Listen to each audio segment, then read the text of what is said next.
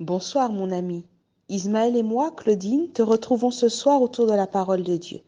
Prions ensemble.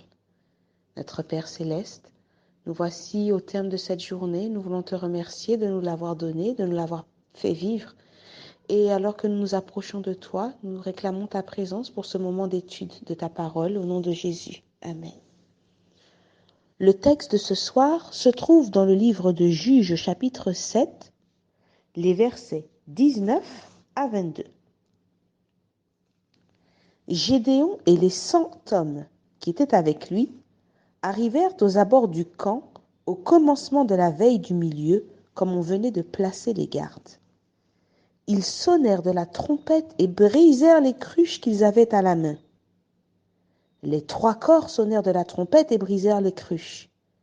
Ils saisirent de la main gauche les flambeaux et de la main droite les trompettes pour sonner, et ils s'écrièrent « Épée pour l'Éternel et pour Gédéon !» Ils restèrent chacun à sa place autour du camp, et tout le camp se mit à courir, à pousser des cris et à prendre la fuite. Les 300 hommes sonnèrent encore de la trompette, et dans tout le camp, l'Éternel leur fit tourner l'épée les uns contre les autres. Le camp s'enfuit jusqu'à Beth-Shitta, vers Tseréra, jusqu'au bord d'Abel-Méhola, près de Tabat. Ça y est, l'heure de la bataille a sonné. Gédéon et ses 300 hommes sont arrivés au camp ennemi et ont mis leur plan à exécution. Tu as remarqué, mon ami, que dans cet épisode, Gédéon n'a pas eu besoin de mener l'offensive. Dans la surprise et la panique causée par leur irruption autour du camp, les soldats ennemis ont retourné leurs armes les uns contre les autres, et le reste de leur armée a pris la fuite. Cela me rappelle l'histoire de Jéricho, où il a suffi à Josué et à ses hommes de chanter, de faire le tour autour de la ville, puis de pousser des cris au 7e jour pour voir la muraille s'effondrer.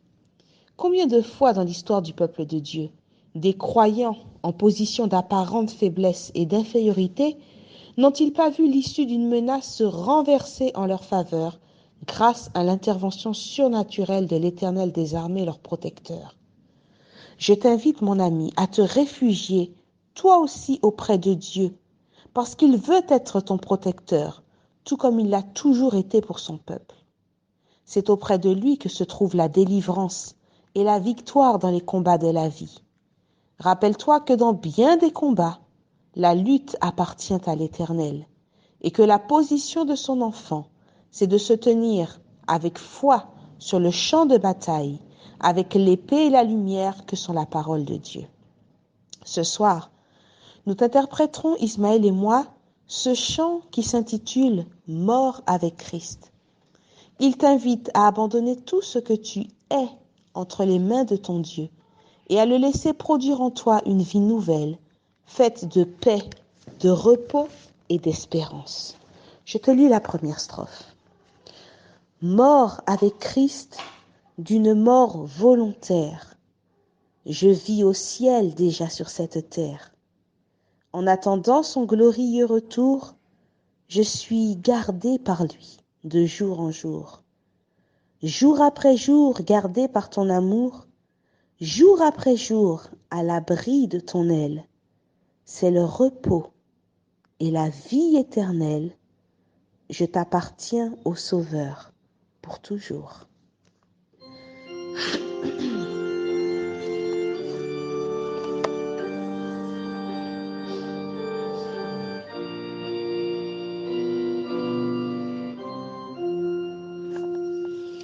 Mort avec Christ, une mort volontaire, je vis au ciel déjà sur cette terre, en attendant son glorieux retour, je suis gardé par lui de jour en jour.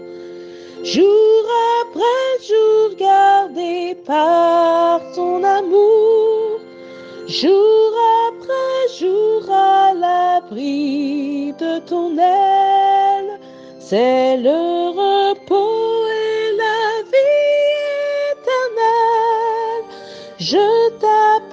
t'appartiens, ô Sauveur, pour toujours.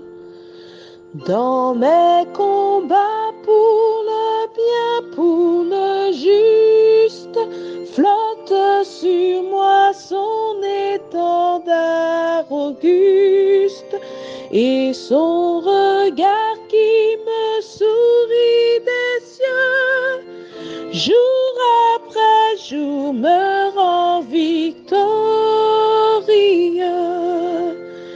Jour après jour gardé par ton amour, jour après jour à l'abri de ton aile, c'est le repos et la vie éternelle. Je t'appartiens, ô Sauveur, pour toujours. Il n'est douleur que son cœur ne partage, il n'est fardeau dont il ne me soulage, il n'est de pleurs qui ne daignent tarir, il n'est de mots qui ne puissent guérir. Jour après jour gardé par ton amour, jour après jour à l'abri de ton aile, c'est le repos et la vie éternelle. Je t'appartiens, ô Sauveur, pour toujours. Que l'assurance du regard et de la protection de Dieu règne sur ta maison dès ce soir, mon ami. Bonne soirée.